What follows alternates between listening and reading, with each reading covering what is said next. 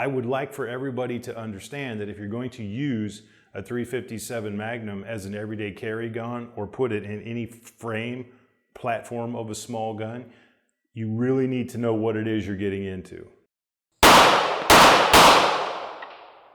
Hello everyone and welcome back to AmmoMart.com. Today we're going to continue our discussion of the 357 Magnum cartridge and how it relates to the everyday carry world. There are still a lot of people using 357 wheel guns as perhaps their legit everyday carry gun or maybe a backup to an everyday carry gun. A lot of people still think that one is none and two is one, and in some cases I don't know that I would disagree. I've assembled some snub-nose revolvers, all of it chambered in 357 Magnum. The snub-nose revolver has been around since the 20s and 30s, and one of the most famous ones was the Colt Detective Special. But those early guns were actually chambered in 38 Special, which is a considerably less powerful cartridge than 357 Magnum, even though, as we discussed, they look pretty similar. Now, here's where my opinion starts to sort of drive the car for today's show. I would like for everybody to understand that if you're going to use a 357 Magnum as an everyday carry gun or put it in any frame platform of a small gun, you really need to know what it is you're getting into. And it's not this type of situation where they're all created equal. I guarantee you they are not. So first, let's talk about the overall designs of some of the guns that are available, and then we'll talk about weight, which is very important, at least in my humble opinion. So what I have here is a Smith & Wesson Model 60. And as you can tell, it looks like any other conventional revolver, except for the fact it's a little shrunken in size. It does operate, of course, make your safety check, make sure there's nothing in here, as most revolvers do, in double or single action mode. So the user can pull the trigger long enough and hard enough until the hammer releases and discharges the bullet, or in this particular model, because of the hammer, I can cock the gun, stage the trigger, and perhaps get off a more precision shot. Now, while we're talking about the accuracy in these guns, anytime, regardless of whether it's revolver or semi-automatic pistol, we shrink the barrel, we lose accuracy. Anytime we shrink the sight radius, which is the distance between rear and front sight, your accuracy is going to go down. These guns were not designed to be precision target handguns. And unfortunately, my experience in retail sales has been people think because the gun is small that it's easy to shoot. And quite frankly, nothing could be further from the truth. Another thing potential buyers need to be aware about purchasing a gun this size, chambered in 357 Magnum, is it is not a pleasurable range experience, I can assure you. Oftentimes I've seen a couple standing at the counter. The male counterpart convinces the female counterpart this gun is simple, it's easy to use, you'll love it. As soon as she uses the gun on the range, she wants to hit him with it. The recoil impulse is very, very large, and in 357 Magnum in a gun this size, even with some heft and stainless steel, not a pleasurable experience. So this is double single action with the hammer. Now, some time back, manufacturers, and this is a Smith & Wesson Pro Series 640. This is a nice little gun, but you'll notice the hammer doesn't seem to be on the gun. It's actually internal. It's an enclosed hammer. And that design allows the user to pull the gun from concealment or a purse or whatever system you're using without catching the hammer on a garment or perhaps the inside of a purse. It's a little smoother, a little cleaner lines, less to get caught up in. This gun, however, you can only use double action, in theory. However, I'm going to try this right-handed, so bear with me. You can, however, stage the trigger with enough practice, which means I can rotate the cylinder right to the sweet spot just before ignition and also get off a fairly precise shot. It does take some practice, however. Now, a third operating system that one can get on a concealed carry revolver is something that Ruger calls a spurless hammer. And you can see the hammer will now start to activate and come into view. but it has no cocking mechanism. There's no way you can get a hold of it to actually put it into single action mode. I, quite honestly, am not a fan of any style of these guns.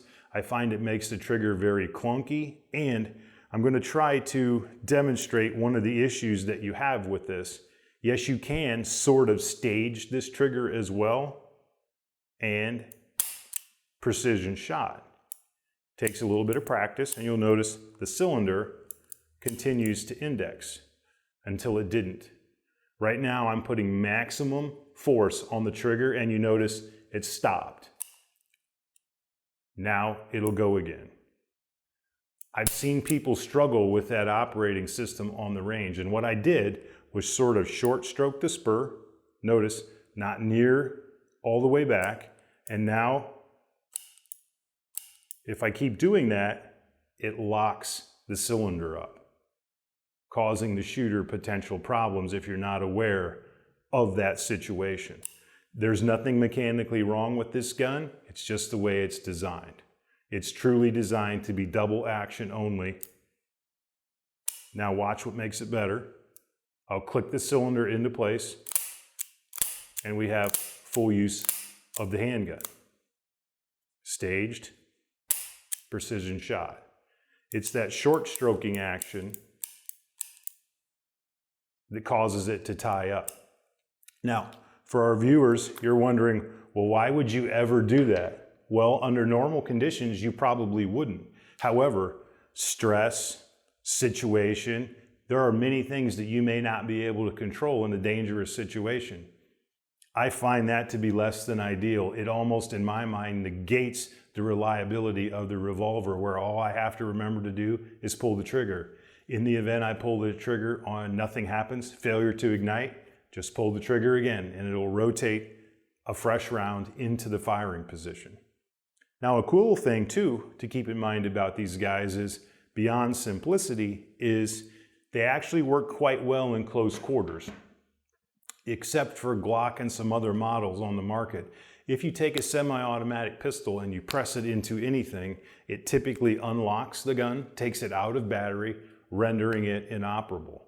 However, a contact wound with the revolver actually makes the wound 25% more dynamic, and the user doesn't have to remember to pull it away, so to speak, before igniting the trigger.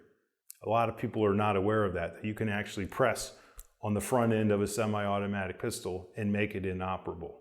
One of the reasons why Glock has the protruding barrel is you can't unlock it that way. Back to weight and how it affects your everyday carry gun in 357 Magnum. I didn't have any available for today's video, but manufacturers out there use all kinds of high-speed steel. One of the frames they make is called scandium. One of my least pleasurable experiences I've ever had shooting anything was shooting a scandium frame 357 Magnum. Quite frankly, it's a painful experience. So a lot of times when people are searching for everyday carry guns, you hear this a lot. It's too heavy. If you're going to carry a 357 Magnum everyday carry, heavy is a good thing. Because if you don't have heavy, you almost cannot control the gun. You almost cannot, okay? So keep that in mind. Heavy is good. These are only 5-shot revolvers usually. They're really actually not that heavy, and with a quality holster and a quality belt, you will get used to it. Another thing to keep in mind, if you're going to buy a reduced frame gun, whether it's revolver or semi-automatic, they're very difficult for you to become proficient at in their current form, like we talked about.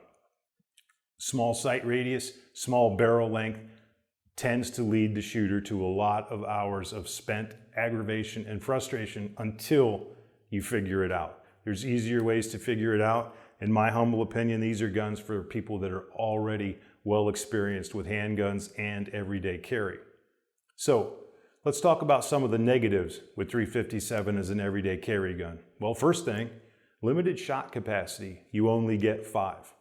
Now I know there's a lot of people out there shaking their heads right now going, well, statistics show. Question is, do they? There's not a lot of empirical data to suggest definitively how many rounds are actually expelled between citizen shooters. There's a man named Tom Givens, who's a legend in the handgun and self-defense world, who used to run the range safety program in Memphis, Tennessee. I have the pleasure of taking a class from Tom this upcoming August, and I'm really looking forward to that opportunity. But Tom has documented at least 70 of his students after decades of teaching that have actually been involved in civilian shootings. And believe it or not, one of his students actually expelled 11 rounds during the course of that emergency situation. Now, I couldn't speak intelligently on how many were misses or why the volume ran that high, but you have to keep in mind occasionally they do. And with a 5-shot revolver, you have a very slow reload, no ability whatsoever to quickly replace it, say, with a magazine in semi-automatic pistol format. So we get less tries and we get a much slower reload. Definitely a downside depending on how you look at the world. Back to accuracy. A lot of people believe that close contact, everyday carry situations, you don't need to be able to take a long shot. Once again, I don't know that there's a lot of empirical data to definitively say at what distance most of these operations take place at, but my suspicion is it's probably a little farther than people think. So, moral of the story is, if you can't make a 30-foot shot with this guy, you probably need to choose another gun. Now, having said all of that, it is very possible to make a 30-yard shot with this guy. I'm sorry, a 10-yard shot with this guy, or 30 feet. You just have to practice. Can be done, but it can't be done unless one commits to training. So upsides are we get concealability, right? We get reliability, and we get amazing knockdown with the 357 Magnum cartridge. Downside is we lose controllability. Most people will not be able to quickly follow up with the second and third shot because of the recoil impulse, regardless of how much they practice. This guy is going to buck you around quite a lot. If you're on the fence about deciding what caliber you need and you're going to choose a revolver for your everyday carry, one of the things I think you must keep in mind is the history of the 357 Magnum. Unlike, say, a 9mm cartridge, which was designed initially to be used in a smallish semi-automatic pistol, the 357 Magnum was designed to be used in a very large Smith & Wesson end-framed revolver. And that's important because it lacks a lot of versatility when you try to shrink it down. It was designed for raw power, period. Those guns originally were quite heavy and came with a 4 or 6-inch barrel, sometimes an 8-inch barrel if you had one custom made. This is obviously not that. So when you try to take a caliber that was designed for one specific purpose and make it plug into many holes, the user is going to find it doesn't quite do that as well as you would hope. One of the other downsides to storage guns like this is the sights are sometimes less than desirable.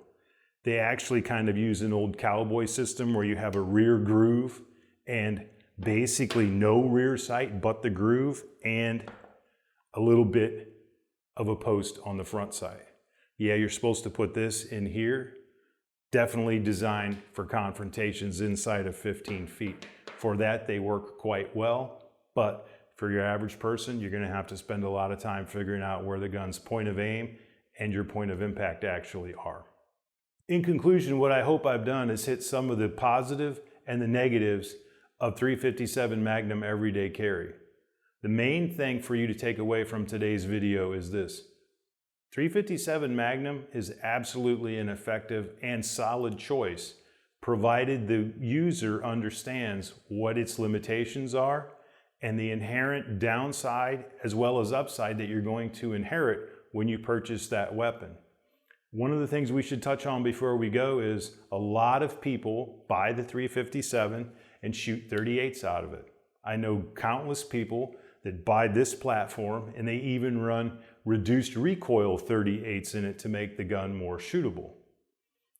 I'm kind of two minds on that argument, which is if you're going to do that, why buy a 357?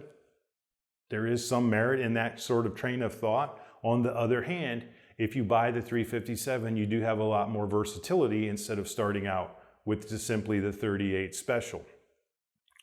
I to be quite honest with you, would prefer people go a different direction when it comes to an everyday carry gun, but to each his own. I know a lot of very talented shooters that carry these guns every day, and they are quite effective. But for me, I just think that there's a better, less expensive, and probably more effective way to go.